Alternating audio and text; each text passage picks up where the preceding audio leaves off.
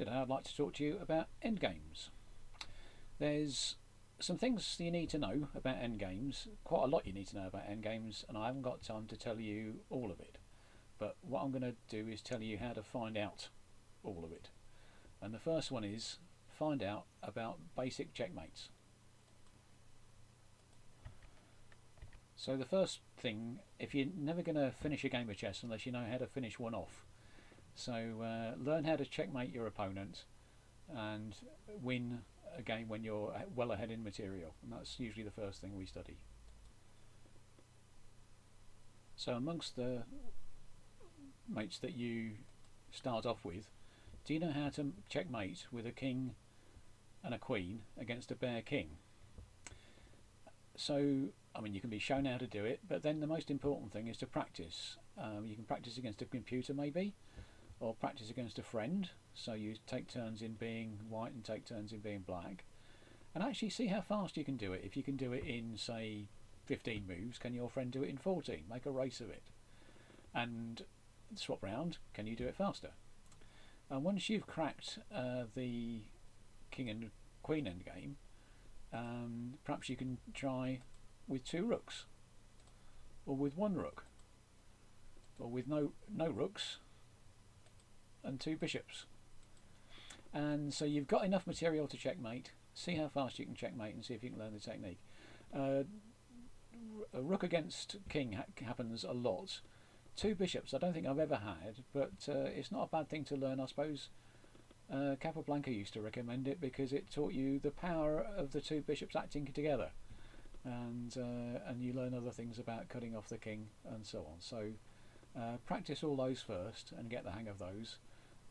Down at the club we make a challenge of each of them. Can you checkmate me or Mr. Beckwith in under a minute? So we'll have a minute each on the clock, and see if you can checkmate me in the time available. And if you make a mistake, you have to wait till next week. So after basic mates, we'll look at basic endgames and maybe some of those that are not quite so basic. So this is another one we practice down in the club with a minute on the clock. An endgame is a position where there's not enough mating material for a checkmate, or there's not likely to be a checkmate because there's too simplified material. And if you're going to win, you're going to have to get a passed pawn through to the end and make a new queen. So can you make a new queen from this position? White should be able to win this one. But can you do it, and can you do it in under a minute? So there's lots and lots of endgames to practice actually. The best set that I know were brought to me by August Carlsen, a very strong, very tall chess player from visiting Exeter from Iceland many years ago, and said, oh, what we do in Iceland, we give them graded puzzles like this, and very much the same sort of idea as we were doing with the checkmates.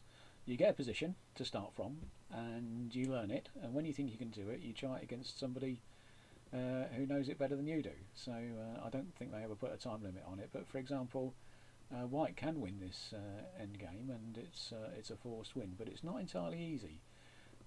There's quite a trick to some of these, so if you try and just batter your way through, you're likely to stalemate your opponent, or in this case you just actually can't get through. If the black king just moves between c7 and c8, you can't easily stop them going to these squares without bringing your king up. If you bring your king up to d5, I think you'll find that you'll stalemate black. Let's have a look. So we'll start with white. We'll play a plausible sort of move. Black goes straight back as they're supposed to. We'll play another king move, and black's forced to go to the side, so we'll take the opposition. Check, as we know, is not the way to go forward in these endgames. If you play a check, you get a position with stalemate. So not so good. So what can we do about that? Well, if we go back, actually I think we had most of the right ideas. Check, king to c8, and the only way to get through here amazingly, is just to give up the pawn. You give up the pawn, but you get the opposition. And now the king has to retreat, and you take the opposition again, the king has to retreat, and then you're in. The king will try to hang on, take the opposition, king goes in the corner, you take the pawn, and goodness me, once you advance the pawn, you can advance the pawn without check. The king is squeezed, as they say, squeezed out of the corner, out of the square, the promotion square, and you promote and win. So there's all sorts of these things around to have a go at. Do find some and practice. The third element that I'd like to look at is what's called an Endgame Study. And here's the most famous Endgame Study of them all, by Richard Rati, very strong grandmaster and a Hungarian who died tragically early. And it's white to play and draw. And at first blush it looks impossible, doesn't it? I mean, perhaps turn the video off for a moment and have a go yourself. Not turn it off, pause the video and see what you think. So white's going up the board, so we'd like to be able to queen our pawn, but we can't support it with our own king, which is too far away, and the black king will catch it and we'll lose it, and that's awful. Meanwhile, there's this terrible threat of the black pawn sprinting ahead to make a queen, and our king is too far away from that one as well to make any difference. So white to play and draw, you sure? Well, let's have a look. The thing is that not that either you can catch the pawn or that you can promote your own pawn, but you can try to threaten both things at once. So you don't head straight for the queen side, you don't head straight for the pawn, you go down the middle along the diagonal, and that way you can do two things at once. It's like a fork. So king to g7, and now if king to h4, very sensibly, king to f6, you're actually still chasing the pawn. h3, well, we can't catch the pawn and stop it queening, but we can now move to plan B, to king to e6, and now if h2, c7, and both sides will get a queen, and it'll be a draw.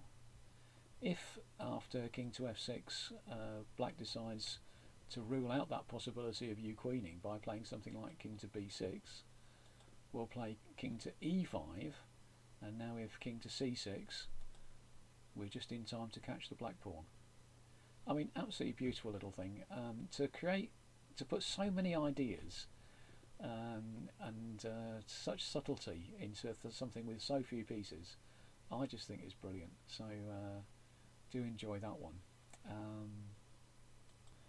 And here's one I've just come across recently, although I must have known it many years ago. It's from a book called Practical Chess Endings by Irving Chernev, and I've been working my way through these with a student, and again, just switch off for a moment and see what you think about this one. Again, very simple, just the same material, very simple material apparently, but not simple to play.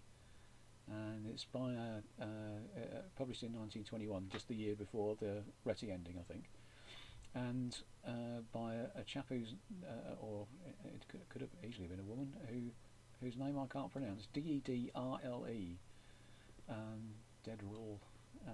My apologies for not knowing more about them or how to pronounce their name, but this is a little work of art, it really is. So you can try all sorts of main attempts here. It's very obvious to go and try and chase the pawn, but if you do chase the pawn, king to c3, the pawn moves to a3, and if you take it, as you might, then you've got a rook's pawn and not a knight's pawn anymore, and that's no good for queening. The black king is going to run to the corner and hide away, and you're going to make it's not possible to get the king out of the corner without and you'll only get a stalemate. So if you don't take the pawn and play, say, b4, and now we'll still catch the pawn, won't we? But king e5, king b3 takes the pawn, but now the black king can get in front of the pawn. We're going to get a pawn sandwich, as I sometimes say, and pawn sandwiches will draw. So I mean, I won't show you all of that, but that is a draw. So how on earth do you win this thing to start with? So in the start position, rather, instead of moving forward, the trick is to move backwards. And so king to b1 is the winning move.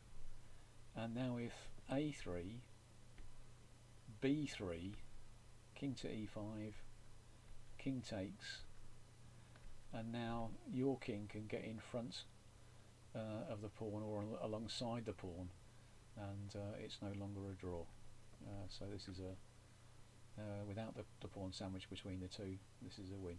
I mean, more variations there than I've shown you now, but see if you can win that for white against a computer or a friend, and see if you can draw it for black. Again, very apparently simple material, very rich, and that book that I've just shown you is a nice source of simple studies suitable for a junior or even an adult to work their way through and have a go at. For Endgame studies, we'll learn to study endgames. That sort of real endgames played by real people rather than things that have been studied in at home and published. I don't think there's any doubt that some of the most instructive endgame positions to games with endgames, games with long endgames to study are by Capablanca. A wonderful feel for position, deceptively simple, often in the way that he played, and some of the themes in his games are very, very instructive. For example, there's a couple of his games where he won a rook ending with 4 pawns against 3 pawns on one side of the board, and won it twice. And so for a long while, because we didn't know too much about the endgame, and he was so convincing that we thought for a long while, oh, that must be a win for the play with the extra pawns. But after we studied it for a little while, it seemed actually the defender should be able to draw it. It's not easy, but computer against computer, the thing should be drawn. And so yeah, now he was able to win games that should be drawn in a way that seems a bit supernatural at times. But a lot of the time, he's playing things that are actually very easy to understand and to appreciate and actually to imitate. So do study his games. And one of the best ways to do just play through the games, but also find them well annotated. I mean, my favourite when I was younger, and I've owned several copies of this and given them away and never seen them again. Capablanca's Best Endgames by Chernev again, and a lovely book done with a lot of wit and a light touch, but really getting into some of the details and examples of play in a way that I think is very helpful. And just as a model of play, Capablanca is helpful. So you can find the games to play through. Just get a chess set out and play through the moves. But you can also play through the moves on your computer. You've got a chance here to, if you want to come along to the Devon Junior website, find the menu, find the training menu, find the advice menu, find the endgame advice menu, and somewhere there at the bottom is Capablanca's Endgames, and there's a bit of chat about it, but the core of the thing is a collection of the games that are in that book that you can play through. Again, you can find them on the internet elsewhere. I think Chess Games, for example, will almost certainly have a selection of them, and so the games are all there one after another to play through. Flick your way through and play your way through. The games are shown as a whole, so you can see how the end game comes about, and they're good stuff. I'm sorry, the viewer on the website is not ever so big. I mean, if you should know how to sort of wind up the volume a bit and show that and maybe present the screen a little bit bigger, something like that. And also some other resources on that side, on that site. There's some YouTube videos that I've found also showing Capablanca endgames with a bit of annotation. I mean, they're for adults rather than youngsters, but uh, I think the way I've been doing these videos, if you can follow the videos, you won't find those too hard. Maybe they're even easier. So several things to do to improve your endgames, all of which require some time, but they're not a punishment. There's a lot of pleasure to be had from the excitement of seeing if Capablanca is just in time with a particular idea, or whether you're in time when you're practicing against computers or friends.